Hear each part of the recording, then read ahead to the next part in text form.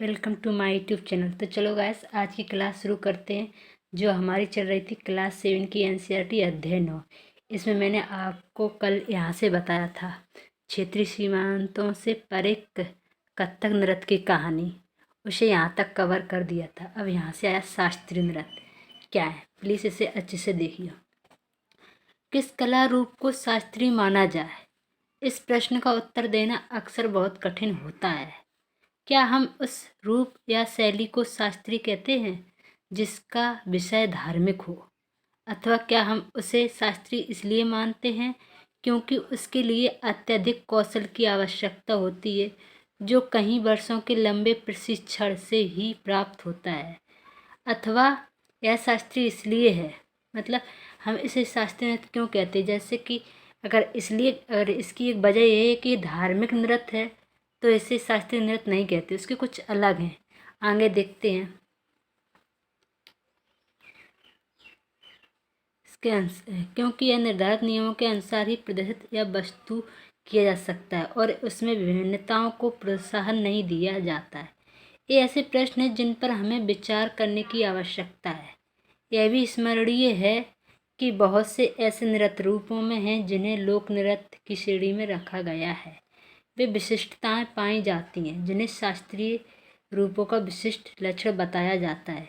यद्यपि शास्त्रीय विशेषण का प्रयोग उन कला रूपों की श्रेष्ठता का सूचक हो सकता है, फिर भी यह हमेशा शब्दांश सही नहीं होता है। अतः अन्य नृत्य रूप में जिन्हें इस समय शास्त्रीय माना जाता है उनकी निम्नलिखित श्रेणी है। पहली, भरतनाट्यम, जो कि भी तमिलनाडु में बहुत ज़्यादा प्रसिद्ध है। आप इसे नोट भी कर लेना क्योंकि ये हर बनना ऐसे छोटे छोटे एग्जाम उनमें भी ऑप्शन करके आ जाते हैं। कथकली, जो केरला में है। उड़ीसी, जो कि उड़ीसा में है। कुचिपुड़ी, जो आंध्र प्रदेश में है। मणिपुरी, जो मणिपुर में है। इसमें निम्नलिखित, अब देखो ये आप चित्र जरूर देखना इसको।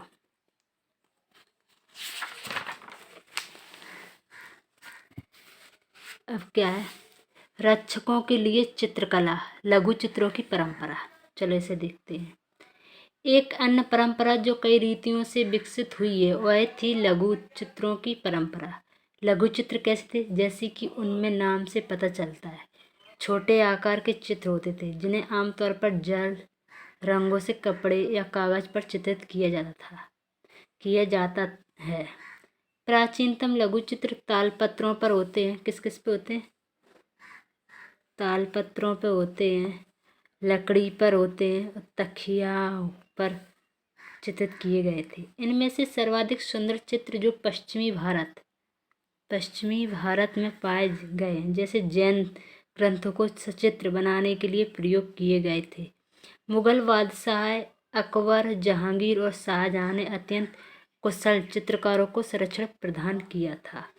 अगर ये पूछे कि मध्यकाल में सबसे ज़्यादा लघु चित्रों को संरक्षण किसने दिया, तो मुगल के बादशाह जहांगीर और अकबर, शाहजहां ने, 3 राजाओं ने किया, जो प्राथमिक रूप से इतिहास और काव्यों की पांडुलिपियों चित्रित करते थे। ये पांडुलिपियों आमतौर पर चटक रंगों में चित्रित किए थे, जैसे कि लाल, नीला, हरा, ऐसे गहरे कलरों में थी। और उनमें दरबार के दृश्य, लड़ाई तथा शिकार के दृश्य और सामाजिक जीवन के अन्य पहलुओं को चित्रित किए जाते थे। अक्सर उपहार के तौर पर भी इन चित्रों का आदान प्रदान किया जाता था, जैसे कि आज किया जाता है कि जैसे हम किसी की जन्मदिन पे जा रहे हैं तो हम किसी की तस्वीर की पेंटिंग बनाकर उसे गिफ्ट कर देते हैं, और जैसे कि अपनी गर्लफ्रेंड बॉयफ्रेंड को गिफ्ट करते हैं कि उसकी पेंटिंग, तो उसे बहुत अच्छा लगता है। वैसे ही सेम इस टाइम भी जाता था। और ये कुछ गिने चुने लोगों, बादशाह, उनके घनिष्ठ जनों द्वारा देखे जा सकते थे। मुगल साम्राज्य के पतन के साथ अनेक चित्रकार मुगल दरबार छोड़कर नए उभरने वाले क्षेत्रीय राज्यों के दरबार में चले गए, जैसे आपने 10 में देखोगे। परिणामस्वरूप मुगलों की कलात्मक रुचियों ने दक्षिण के क्षेत्रीय दरबार और राजस्थान के राजपूती राज दरबारों को प्रभावित किया है, लेकिन इसके साथ ही उन्होंने अपनी विशिष्ट विशेषताओं को सुरक्षित रखा और उनका विकास भी किया। मुगल उदाहरणों का अनुसरण करते हुए शासकों तथा उनके दरबारों के दृश्य चित्रित किए जाने लगे। इनके साथ साथ मेवाड़ के जैसे कि मेवाड़, जोधपुर, बूंदी, कोटा और किशनगढ़, ये सब राजस्थान में आते हैं। इसी को राजपूताना काल के हिसाब से आते हैं। तो ऐसे ही एक अन्य क्षेत्र था आधुनिक हिमाचल प्रदेश के इर्द गिर्द हिमालय की तलछटी इलाका। 17वीं शताब्दी के बाद वाले वर्षों में इस क्षेत्र में लघु चित्रकला की एक साहसपूर्ण एवं भाव प्रवण शैली का विकास हो गया, जिसे बसोहली कहते थे। हिमाचल प्रदेश में लघु चित्रों को क्या कहते थे? बसोहली शैली कहा जाता था। यहाँ जो लंबी लोकप्रिय पुस्तक चित्रित की गई थी वह भानुदत्त की राज रसमंजरी थी।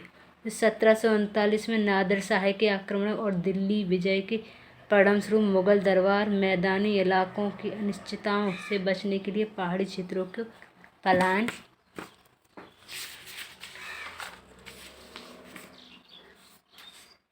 किए गए थे। उन्हें वहां जाते ही आश्रयदाता तैयार मिले, जिसके फलस्वरूप चित्रकारी की कांगड़ा शैली विकसित हुई। 18वीं शताब्दी के मध्य भाग तक कांगड़ा के कलाकारों ने एक नई शैली विकसित कर ली, जिसमें लघु चित्रकारी में एक नई जान डाल दी गई। उन्हीं की प्रेरणा का स्रोत वहाँ की वैष्णव परंपराएं थी। ठंडे नीले और हरे रंगों से सहित कोमल रंगों का प्रयोग और विषयों का काव्यगत रूपण कांगड़ा शैली की विशेषता थी।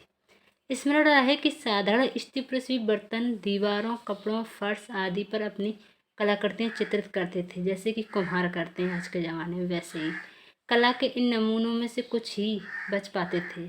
इसके भी लघु चित्र राजमहलों में सावधानी पूर्वक रखे जाते थे, कि उनके पास बहुत सारी जगह थी, इसलिए वहाँ रखते थे। आम आदमी इतना ध्यान नहीं देता है, जिससे वे सदियों तक सुरक्षित रहते थे। आम आदमी को चित्रकला नहीं रहती। इसमें चित्रकला के कुछ वो विधि ये पेंटिंग शिकार के दौरान पर आराम करते हुए अकबर मुगल लघु चित्र, ये देखो वो पेंटिंग है। ऐसे वो बैठे होंगे तो किसी ने चित्रकारी बना दिया होगा। ये किसका है? ये होली खेलते हुए महाराणा राम सिंह राजपूत लघु चित्र, देखो होली खेल रहे हैं ऐसे। एक यहाँ पे है जो कृष्ण और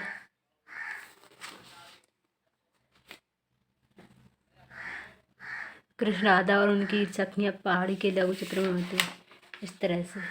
आज की वीडियो यहीं तक, कल फिर शुरू करेंगे। बंगाल के नज़दीक से एक नज़र देखेंगे। अगर से अच्छी लगी तो शेयर सब्सक्राइब जरूर करना। Thank you so much.